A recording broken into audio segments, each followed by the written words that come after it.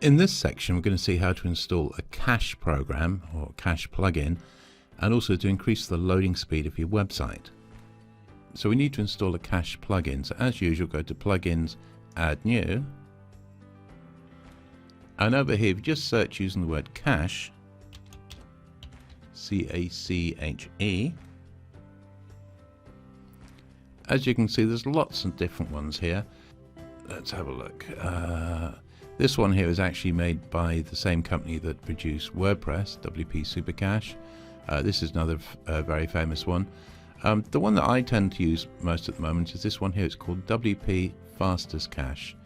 Again, lots of installations, fantastic reviews, recently updated and compatible.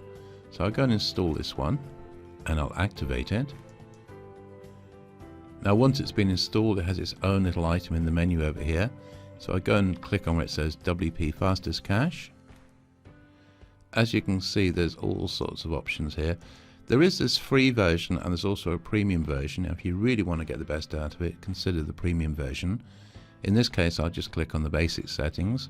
So I click here to enable the cache. And what I need to do is click on everything that's clickable. Some of these are grayed out because it's not the premium version, but basically anything I can click on, like this one here, I click on that. So do I want to do preloading for items like pages and posts and what have you? So I'll just say yes to everything here and say yep, okay. This one here, click on, click there, click here. So just keep clicking on everything. This one here, it talks about mimifying HTML. I cover this in the SEO course, but basically what HTML is that's the code behind a web page, and what mimifying does is strips out all the unnecessary bits and pieces so it loads faster. So I'll say yes to that. CSS is short for cascading style sheets, and again, if I mimify that, it makes the code smaller so it loads faster.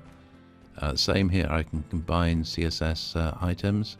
I can combine JS. JS is JavaScript. So basically you click on all of these things. This thing here just makes sure that gzip is set up and enabled. Again, you don't need to know about gzip, it just basically makes things faster.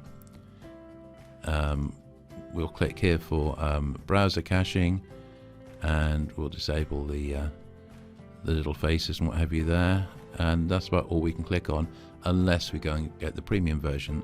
So I'll just click on submit, and that's pretty much it. It's all been set up now.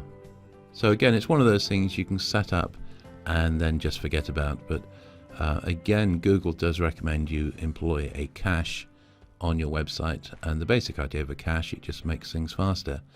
As I say, the advantage of this particular cache is it doesn't just do caching, it does all sorts of other things like mimifying and gzip and what have you. So highly recommended.